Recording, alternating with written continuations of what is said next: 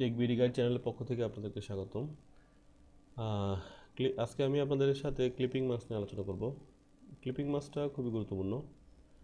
আপনি যদি মনে করেন যে আপনার যে কোনো একটা নির্দিষ্ট একটা শেপের ভিতরে আপনি আপনার ছবি বা কোনো চিত্র বা যে কোনো কিছু আপনি এটাকে সেই শেপটার মধ্যে অ্যাডজাস্ট করবেন।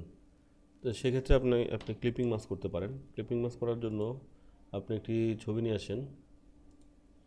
আমরা একটা ছবি নিয়ে আসি ডেস্কটপ থেকে আমরা এই ছবিটি আনলাম।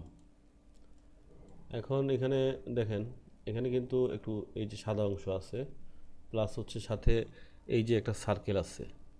তো আমরা চাচ্ছি সাদা অংশটা থাকবে না, শুধু এই যে গোল যে স্টিকারটা সেটা থাকবে। তো সেটাকে রাখার জন্য আমরা কী করবো? এই জন্য আমরা এটা ক্লিপিং মাস্ক করতে পারি। আমরা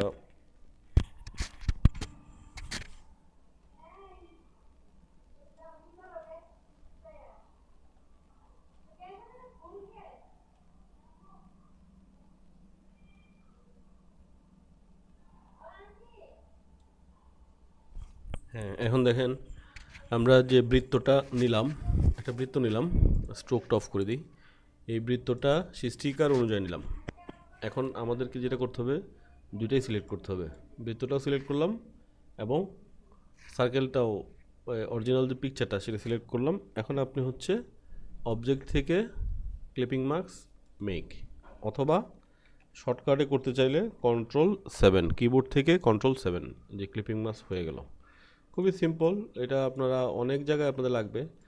আপনারা হয়তো কোনো সিভি বানাতে গেলে বা যে কোনো ডিজাইন করতে গেলে বা ফ্লায়ার বা যে কোনো ফ্লায়ারেও এটা অনেক লাগে। এগুলো যখন করবেন তখন হচ্ছে এই ক্লিপিং মাস্কটা আপনাদের দরকার হবে। ধন্যবাদ।